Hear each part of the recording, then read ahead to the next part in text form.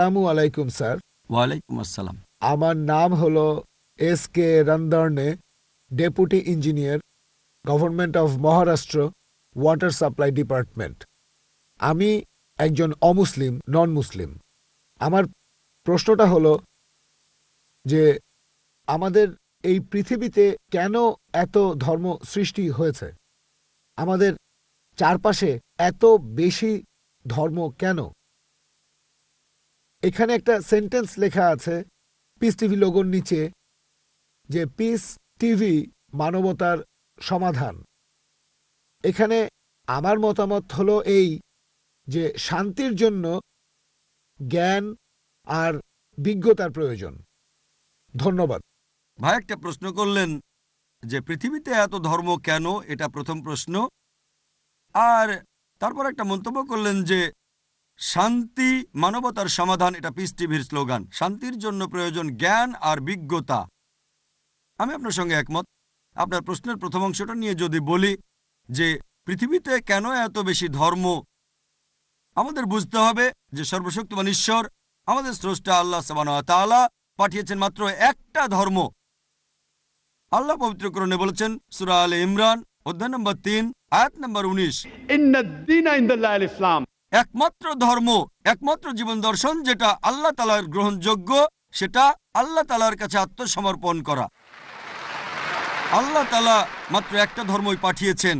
আর যত নবী রাসূল পৃথিবীতে এসেছেন, যেমন ধরেন আদম, ইব্রাহিম, মুসা, ঈসা, মুহাম্মদ, ওনারা সবাই শান্তিতে থাকুন। তারা মানুষকে একটা শিক্ষাই দিয়েছেন, আল্লাহর কাছে আত্মসমর্পণ করা। এখন আরবি ভাষায় যদি কেউ আল্লাহ তাআলার কাছে আত্মসমর্পণ করে তাহলে তাকে বলা হয় মুসলিম। আর ইসলাম, এই আরবি শব্দটার মূল আরবি শব্দটা হচ্ছে সালাম, যার মানে শান্তি। এর আরেকটা মূল আরবি শব্দ হচ্ছে সিলম, যার মানে আল্লাহ তাআলার কাছে নিজের ইচ্ছাকে সমর্পণ করা। তাহলে এক কথা ইসলাম মানে আল্লাহ তাআলার কাছে আত্মসমর্পণের মাধ্যমে শান্তি অর্জন করা। তাহলে আমাদের স্রষ্টা আল্লাহ তাআলা পাঠিয়েছেন মাত্র একটাই ধর্ম। তবে সময় বদলানোর সাথে সাথে ধর্মগ্রন্থগুলোও বদলে গেছে, বিকৃত হয়ে গেছে, নতুন জিনিস ঢুকেছে।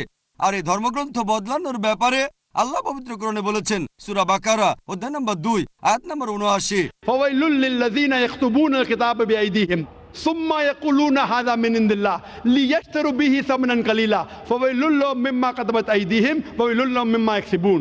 দুর্ভোগ তাদের যারা নিজ হাতে কিতাব রচনা করে আর বলে এটা আল্লাহর নিকট হতে। তারা এটা বলে তুচ্ছ মূল্য প্রাপ্তির জন্য। তাদের রচনার জন্য শাস্তি তাদের, যা উপার্জন করে সেজন্য শাস্তি তাদের। আল্লাহ তাআলা পাঠিয়েছেন অনেক আসমানি কিতাব, অনেক ইনস্ট্রাকশন ম্যানুয়াল। সময় বদলানোর সাথে সাথে এই ইনস্ট্রাকশন ম্যানুয়াল, আল্লাহর আসমানি কিতাব বদলে গেছে। যখন কোনো কিতাব বিকৃত হয়ে গেছে, আল্লাহ নতুন রাসূল পাঠিয়েছেন আর নতুন কিতাব। এইভাবে অনেক দিন চলেছে। তারপর আল্লাহ পাঠালেন সর্বশেষ ও চূড়ান্ত নবী মুহাম্মদ সাল্লাল্লাহু আলাইহি সাল্লামকে, আর সর্বশেষ ও চূড়ান্ত আসমানি কিতাব কোরআন নাজিল করলেন। এর আগে যেসব নবী রাসূল এসেছিলেন, আমাদের প্রিয় নবী মুহাম্মদ সাল্লাল্লাহু আলাইহি সাল্লাম বলেছেন যে আল্লাহ তাআলা এই পৃথিবীতে 1,24,000 নবী রাসূল পাঠিয়েছেন। পবিত্র কোরআনে মাত্র 25 জনের নাম বলা হয়েছে, অন্যদের নাম আমরা জানি না। হতে পারে একজন প্রশ্ন করেছিল, আপনি কি মনে করেন, একজন হিন্দু আমাকে এই প্রশ্নটা করেছিল, আপনি কি রামকে আল্লাহর রাসূল বলে মানেন, অথবা শ্রীকৃষ্ণকে কি আল্লাহর রাসূল বলে আপনি মানেন? আমি বলবো, যেহেতু নামটা কোরআন হাদিসে উল্লেখ করা নেই, আমি জানি না।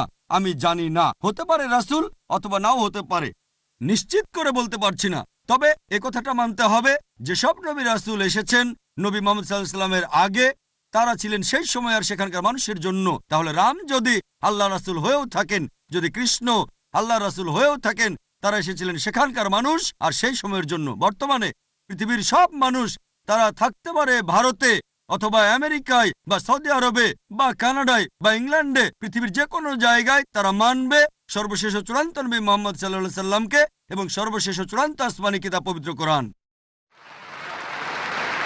আল্লাহ আমাদের কথা দিয়েছেন সূরা হিজর অধ্যায় নম্বর 15 আয়াত নম্বর 9 যে আমি কোরআন অবতীর্ণ করেছি, সেটা আমি সংরক্ষণ করব। তাহলে আল্লাহ তাআলা পাঠিয়েছেন মাত্র একটা ধর্ম, সেটা হচ্ছে আল্লাহ তাআলার কাছে আত্মসমর্পণ করা।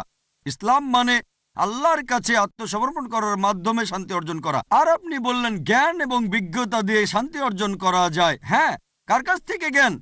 সবচেয়ে সেরা কে? আল্লাহ তাআলা আমাদের স্রষ্টা। কে সবচেয়ে জ্ঞানী? আল হাকিম, তিনি আল্লাহ সুবহানাহু ওয়া তাআলা মহান স্রষ্টা। তাহলে শান্তি অর্জনের সেরা উপায় হচ্ছে সেই জ্ঞান এবং নির্দেশনা মেনে চলা যেটা আমাদের স্রষ্টা আল্লাহ সুবহানাহু ওয়া তাআলা পাঠিয়েছেন। আশা করি উত্তরটা পেয়েছেন। ধন্যবাদ।